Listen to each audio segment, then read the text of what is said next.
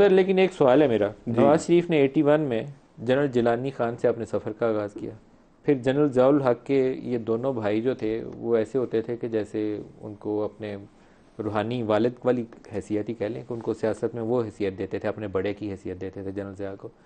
پھر ان کا پورا سفر ایسے ہی رہا. پھر 90s میں جب ان کی حکومتیں بنی تو ایک جرنیل سے لڑائی، اگلے سے صلح، جس سے لڑائی ہوئی اس نے حکومت گرا دی، جس سے صلح ہوئی اس نے حکومت دلا دی. یہ سلسلہ رکا نہیں ہے کبھی. مشرف نے ان کو ٹیک اوور کے بعد گرایا تھا، جنرل کیانی نے ان کی راہ ہموار 2013 میں کی تھی. جنرل باجوہ کو انہوں نے اپنے ہاتھوں سے لگایا، انہوں نے ان کا کیس جب ان کے خلاف ہو رہا تھا تو اب یہ اس کو رسپانسبل سمجھتے ہیں. اب والے چیف کے ساتھ دوبارہ ان کی محبت ہے. یہ نواز شریف کی پوری سیاسی تاریخ ہی ہے، پوری سیاسی تاریخ ہی ہے. یہ لمبی بحث ہے، اس پر آپ بے شک پروگرام کر دیں، ایک ایک حصے کو دیکھ لیں کہ 85 سے 88 تک کیا ہوا، 88 سے 90 تک کیا ہوا. یہ میں سب تاریخ کا گواہ ہوں تو میں بہت سے معاملات جانتا ہوں. آئی جی آئی کی کریشن جو تھی وہ اس وقت تو یہ تھی نا، محترمہ کو سیکورٹی رسک قرار دیا جاتا تھا، تو آئی جی آئی کریٹ کی. میں یہ کہہ رہا ہوں لمبی کہانی ہے. ہاں لمبی. کس نے کیا کیا، کب کیا، کیسے کیا، یہ کتاب لکھ دینی. میں اس لیے ایک ٹروتھ کمیشن کا قائل ہوں.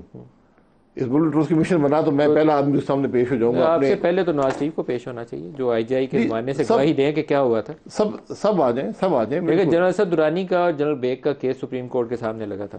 سپریم کورٹ نے اس کے اوپر آرڈر بھی دیا، آپ کی حکومت نے. سپریم کورٹ بھی شامل ہے نا. سپریم کورٹ تو خود شامل ہے. آپ ان سے فیصلے کروا رہے ہیں جو خود شامل ہے. خود شامل. آج وہ خود کہہ بھی رہے چیف جسٹس صاحب فائز عیسیٰ صاحب نے کہا، لیکن شاید آگے چل کے ان کو بھی مشکلات ان ایشوز کے اوپر پیش آئیں. جیسے اسد درانی اور جنرل بیگ والا دونوں حیات ہیں، وہ کیس ابھی سامنے ہے. آئی جی آئی کی کریشن والا ہی ہے نا، مہران بینک کی وہ فنڈنگ والا ہے جس کے اوپر جنرل درانی صاحب نے ایفیڈیوٹ بھی دیا ہوا ہے. اصغر خان کیس کو دوبارہ پوچھ لیں بلا کے کہ کیا پیش رفت ہوئی ہے. پھر یہ 2014 کا دھرنے کا پوچھ لیں، فیض آباد دھرنے کا پوچھ لیں، بہت ساری چیزیں کھل کے سامنے آ جائیں. کس بات کا پوچھیں گے؟ آپ کی زندگی اسی میں گزر جائے گی پوچھنے میں. کبھی تو فیصلہ کرنا ہے. راستہ کر لیں، پھر آپ ملک بند کر دیں اور یہ پوچھنا شروع کر دیں. پھر راستہ آگے کیسے ملے گا؟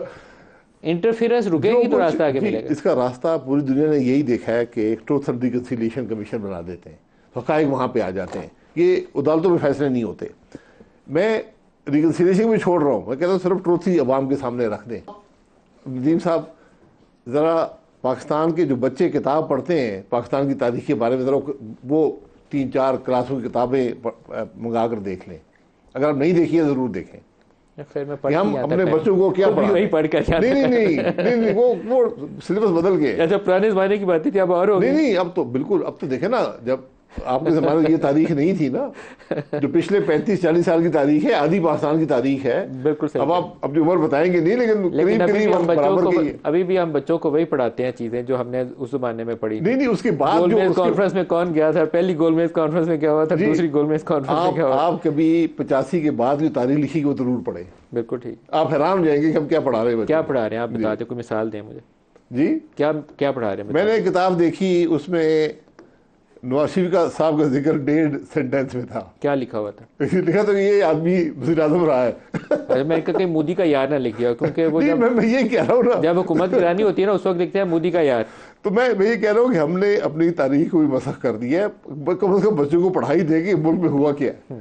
جو ہم دیکھیں نا، ہم نے خود آنکھوں سے دیکھا ہے تو ہمیں علم ہے. اب جو آدمی 1990 میں پیدا ہوا ہے اس نے تو یہ سب کچھ اس کو یاد بھی نہیں ہے نا. جب وہ بالغ ہوا تو اس کو یہ سب معاملہ گزر چکا تھا. پورا سچ یہ ہے کہ وہ فوجیوں کو آنے کا راستہ، کسی فوجی عامر کو آنے کا راستہ آپ کے سیاستدان دکھاتے ہیں. رات کو جا کے گوڈوں کو ہاتھ لگا کے نا ان کو کہتے ہیں کہ وہ ہماری خدمات حاصل کریں تو ہم آپ کے لیے خدمات دیں گے. گاڑیوں کے ڈگے میں چھپ کے جاتے ہیں. بڑی بات، بڑی لمبی ڈیبیٹ ہو جائے گی کہ کون کس کو راستہ دکھاتا ہے، پھر جج کیا کرتے ہیں، پھر پارلیمان کیا کرتی ہے. یہ ایک آپ کے لیڈنگ پولیٹیشین کی سٹوری ہے کہ اس نے جا کے ہاتھ لگا کے آرمی چیف کو تو بولا تھا کہ اس کی حکومت گرا دو اور ہمیں آنے کے لیے راستہ دو. میں اس کا نام نہیں لیتا کیونکہ اس میں پرائیویسی آ جاتی ہے کہ اس انفارمیشن کی مجھے آئیڈینٹیفائی نہیں کرنا کچھ کریکٹرز کو. ایکچوئل میٹنگ کی یہ کہانی ہے کہ گھٹنوں کو ہاتھ لگا کے بولا آرمی چیف کو. تو پھر جہاں پر ہم کھڑے ہیں صحیح کھڑے ہیں. اس کا مطلب آپ ڈیزرو کرتے ہیں، ہم سب ڈیزرو کرتے ہیں. ہمارے لیڈر یہی ہیں اس لیے ہم ڈیزرو کرتے ہیں. میں اب نام لوں صاحب کا تو ان کو بڑی تکلیف پہنچے گی، لیکن میں بہرحال یہ میرے لیے ایک انفارمیشن کو بھی نام لینا، اس کو ہولڈ بیک کرنا. میں یہ کہتا ہوں کہ ہمیں اب اپنے اقتدار کی جنگ سے، کرسیوں کی لالچ سے ذرا پیچھے ہٹنا پڑے گا اور ملک کے معاملات کو دیکھنا پڑے گا.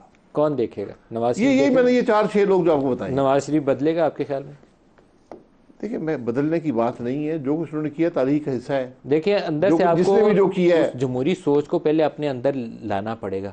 آپ کی جب تک اپنے اندر جمہوریت نہیں نہ آتی، آپ کی سیاسی جماعتوں میں جمہوریت نہیں ہے. آپ وراثتی نظام پہ سیاسی جماعتیں چلاتے ہیں. آپ ایک لیٹر کے اوپر، وہ ول کے اوپر پارٹی ایک پہ قائد بنے ہیں.